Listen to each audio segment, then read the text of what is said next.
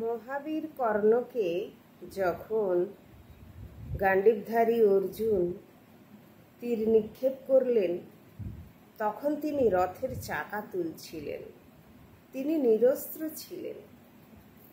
সেই অবস্থাতেই শ্রীকৃষ্ণ বললেন অর্জুনকে যে তুমি এই সময় তীর নিক্ষেপ করো, নইলে কিন্তু অন্য সময় তুমি পারবে না। তো অর্জুন কিন্তু এই কাজ কিছুতেই করতে চায়নি, কিন্তু বারবার শ্রীকৃষ্ণের বলাতে তিনি তীর নিক্ষেপ করলেন, আর মহাবীর কর্ণের হৃদয় এপড় ওপড় হয়ে গেল।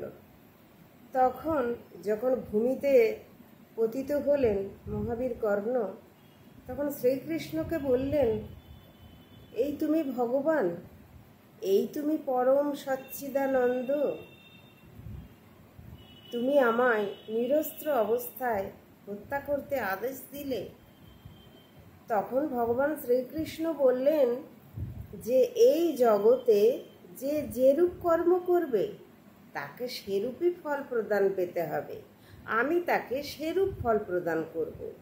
কেন না অভিমন্যু যখন নিরস্ত্র অবস্থায় ছিল, সে চক্রব্যূহে ঢুকতে জানতো কিন্তু বেরোতে জানতো না। সে তো নিরস্ত্র হয়ে গেছিল। সেই নিরস্ত্র অবস্থায় তোমরা সবাই মিলে তাকে নির্মমভাবে হত্যা করেছিলে। তখন তোমার এই জ্ঞান কোথায় ছিল? তখন তো তোমার এই জ্ঞান ছিল না। সুতরাং এই পৃথিবীতে যে যেরূপ কর্ম করবে তাকে ঠিক সেরূপ ফলই পেতে হবে। আমি কি? প্রকৃতিই তাকে সেই ফল প্রদান করবে।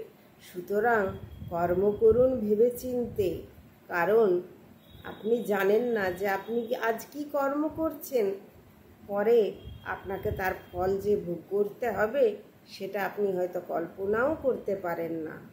তাই কর্ম করবেন সব সময় ভেবেচিন্তে। হরে কৃষ্ণ, রাধে রাধে। সব সময় ঈশ্বরের চিন্তায় থাকবেন আর ঈশ্বরের সেবায় নিজেকে নিয়োজিত করবেন। তাহলেই আপনি মনে প্রাণে সব দিক দিয়ে খুব সুখে শান্তিতে থাকবেন, ঈশ্বরের স্মরণে সর্বদা থাকবেন। রাধে রাধে।